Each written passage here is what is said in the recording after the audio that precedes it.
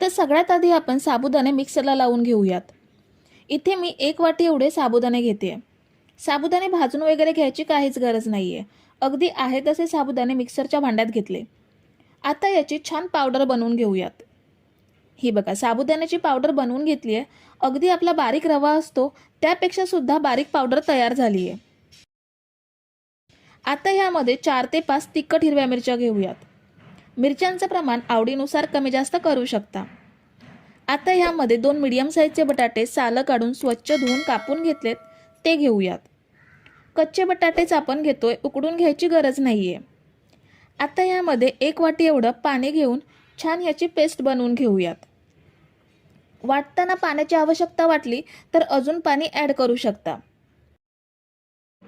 हे बघा मस्त असं वाटून घेतलंय, छान पेस्ट तयार झाली आहे। कुठेही बटाट्याचा तुकडा शिल्लक राहिला नाहीये, खूप छान वाटलं गेलंय।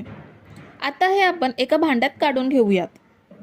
साबुदाणा, बटाटा आणि मिरची एकत्र सुद्धा वाटून घेऊ शकता, पण आधी साबुदाण्याची पावडर करून मग बटाटे आणि मिरची वाटली की बटाट्याचे तुकडे राहत नाहीत आणि छान पेस्ट तयार होते। आपण सगळी पेस्ट भांड्यात काढून घेतली आहे। आता ह्यामध्ये चवीनुसार मीठ घेऊयात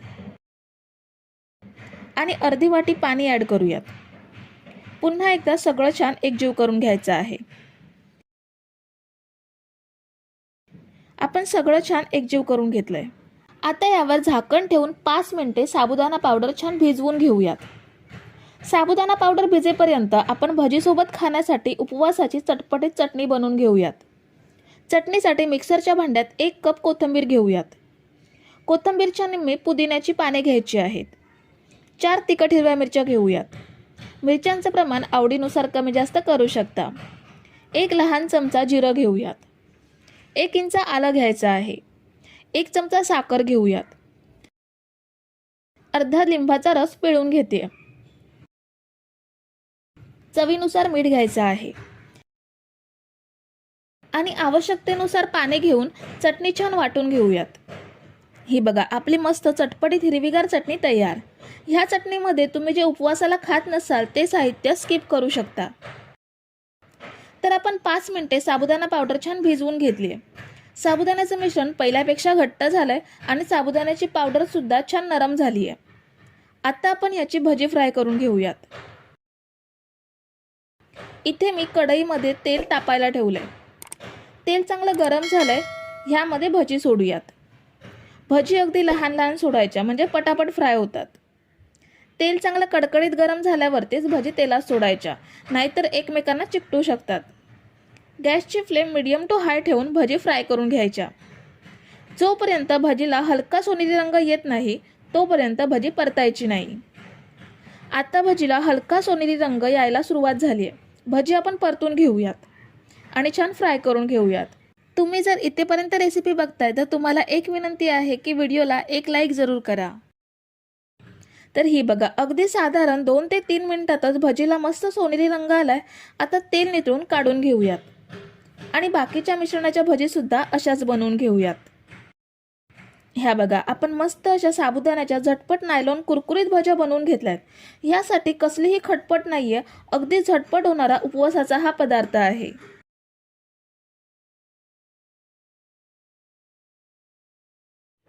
तर सर्वात आधी आपण एका मिक्सिंग बाउलमध्ये 1 वाटी वरई म्हणजे वरीचे तांदूळ किंवा ज्याला आपण भगर म्हणतो ती घ्यायची आहे। त्याचसोबत आपण ह्यामध्ये 1 चमचा साबुदाणे घेऊयात। आपला जो पोहे खायचा चमचा असतो त्या चमच्याने 1 चमचा साबुदाणे घेतले। भगर आणि साबुदाणे 2 ते 3 वेळा पाण्याने स्वच्छ धुवून घ्यायचे आहे।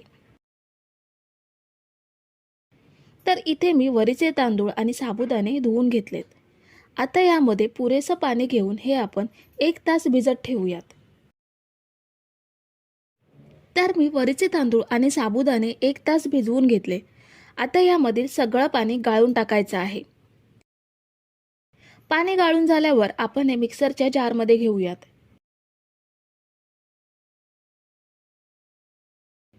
त्यानंतर यामध्ये 2 चमचे दही घ्यायचं आहे। दही खूप जास्त आंबट घ्यायचं नाहीये, फ्रेश दहीचा वापर करावा।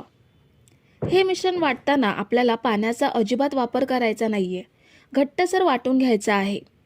जर मिश्रण खूपच कोरडं वाटत असेल तरच 2 ते 3 चमचे पाणी वापरू शकता। तर हे बघा, मी हे छान बारीक वाटून घेतलं आहे. चांगली बारीक पेस्ट तयार झाली आहे. आता हे आपण एका मिक्सिंग बाउलमध्ये काढून घेऊयात. मिश्रण मिक्सिंग बाउलमध्ये काढून घेतल्यावर एक मिरची बारीक कापून ॲड केली.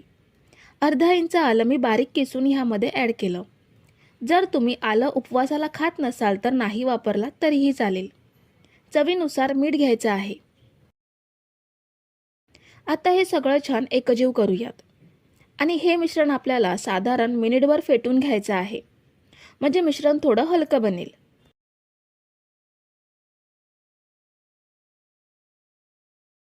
मिनिटभर फेटून घेतल्यावर ह्यामध्ये पाव चमचा इनो ॲड करूयात, म्हणजे दही वडे छान जाळीदार बनतील. आपण हे दही वडे इन्स्टंट बनवतोय म्हणून आपण इथे इनोचा वापर करतोय. इनो या मिश्रणामध्ये चांगला एकजीव करून घेऊयात.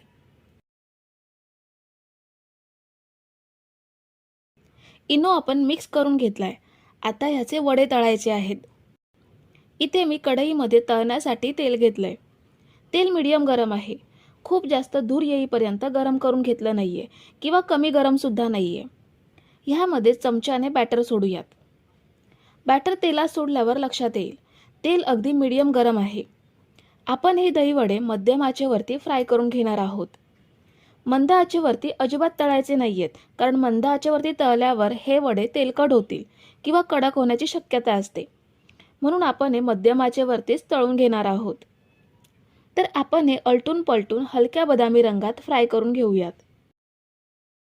तर मी ही पहिली बॅच हलक्या बदामी रंगात फ्राय करून घेतली आहे. खूप जास्त वेळ लागत नाही. साधारण 2 ते 3 मिनिटात हे वडे फ्राय होतात. तेल नितळून काढून घेऊयात. शिल्लक मिश्रणाचे सुद्धा असेच वडे फ्राय करून घ्यायचे आहेत. आता एका भांड्यात 3 ते 4 वाटी पाणी घ्यायचं आहे. ह्यामध्ये 1 चमचा साखर घेऊयात. पाव चमचा मीठ घ्यायचं आहे आणि 2 चमचे फ्रेश दही घ्यायचं आहे. दही या पाण्यामध्ये चांगलं एकजीव करून घेऊयात. तर दही पाण्यामध्ये छान एकजीव झालंय आणि साखर सुद्धा विरघळली आहे. या पाण्यामध्येच आपल्याला तळून घेतलेले वडे 5 ते 7 मिनिटे भिजवून घ्यायचे आहेत, म्हणजे ते छान मऊ होतील आणि ह्यामध्ये दही चांगलं मुरलं जाईल. आपण हे साईडला ठेवूयात आणि गोड दही बनवूयात.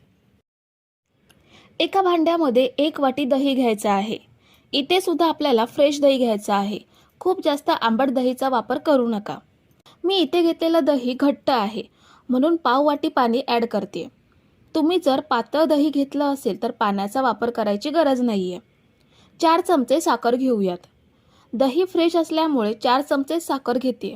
जर तुम्ही घेतलेलं दही थोडंसं आंबट असेल तर 1 चमचा साखर वाढवू शकता. आता हे दही आणि साखर एकजीव करून आपल्याला 1.5 ते 2 मिनिटे फेटून घ्यायचं आहे. ह्यामुळे दहीला छान सिल्की टेक्स्चर येतं. आता आपण हे वडे भिजत ठेवून 7 ते 8 मिनिटं झाली आहेत. आपण हे वडे हलके दाबून ह्यामधलं पाणी काढून एका प्लेटमध्ये घेऊयात. अगदी हलक्या हाताने पिळून घ्यायचे, नाहीतर तुटण्याची शक्यता असते. वडे प्लेटमध्ये सेट केल्यावर आपण जे दही फेटून घेतलंय ते ह्यावरती ॲड करूयात. तुम्ही जर इथेपर्यंत रेसिपी बघताय तर तुम्हाला एक विनंती आहे की व्हिडिओला एक लाईक जरूर करा. त्यानंतर तुम्ही ह्यावरती आवडीनुसार मिरची पावडर, जिरे पावडर किंवा कोथिंबीर ॲड करून खाऊ शकता किंवा असंच खाल्लात तरीही हे दही वडे खूप छान टेस्टी लागतात.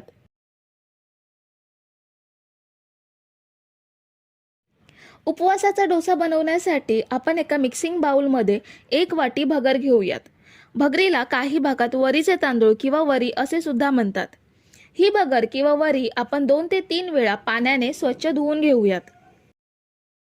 भगर 2 ते 3 वेळा स्वच्छ धुतल्यानंतर ह्यामध्ये पुरेसं पाणी घालून आपण हे 2 तास भिजवून घेणार आहोत. तुमच्याकडे कमी वेळ असेल तर 1 तास भिजवून घेऊ शकता. तर आपण ही भगर 2 तास भिजवून घेतली आहे. चांगली भिजली गेली आहे. आता यामधलं सगळं पाणी काढून टाकूयात. पाणी काढून टाकल्यानंतर भगर आपल्याला मिक्सरच्या जारमध्ये घ्यायची आहे. भगर वाटताना ह्यामध्ये जास्त पाणी घ्यायचं नाहीये. त्यामुळे मिक्सर जारमध्ये भगरीसोबत थोडंसं पाणी आलं तरीही चालेल, पण खूप जास्त पाणी घ्यायचं नाहीये. आता ह्यामध्ये एक मीडियम साईजचा बटाटा उकडून थोडासा स्मॅश करून घेतला आहे, तो ॲड केला. 3 ते 4 हिरव्या मिरच्या घ्यायच्या आहेत. मिरच्यांचं प्रमाण आवडीनुसार कमी जास्त करू शकता. पाव वाटी शेंगदाणे भाजून सालं काढून घेतली आहे.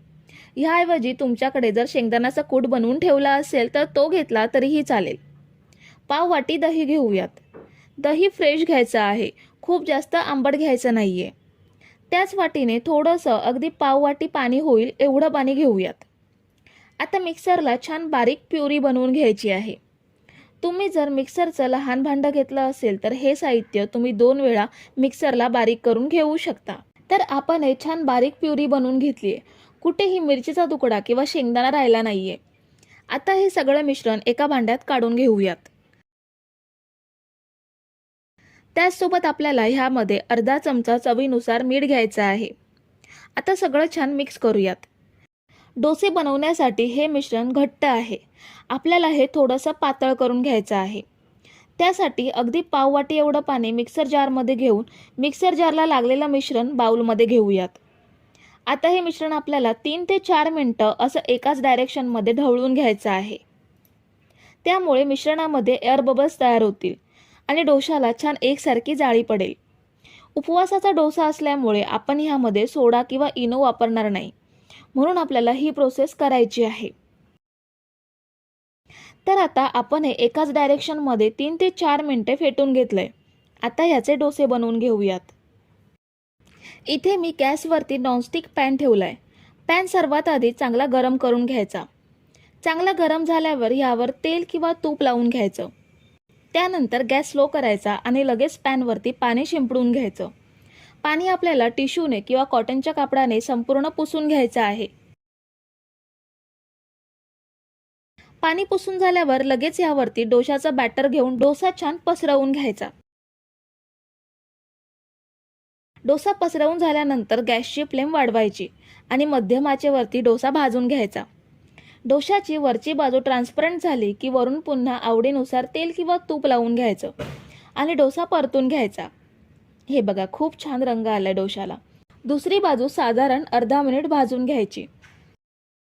तुम्ही जर इथेपर्यंत रेसिपी बघताय तर तुम्हाला एक विनंती आहे की व्हिडिओला एक लाईक जरूर करा.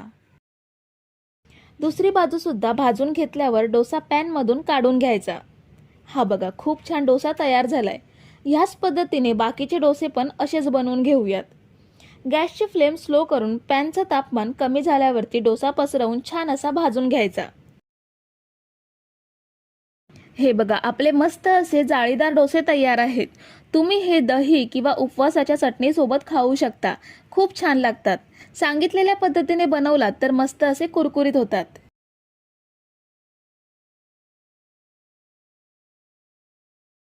तर सर्वात आधी आपण मिक्सर जारमध्ये अर्धी वाटी साबुदाणे घेऊयात आणि त्याच सेम वाटीने 2 वाटी वरई किंवा ज्याला आपण भगर म्हणतो ती घेऊयात.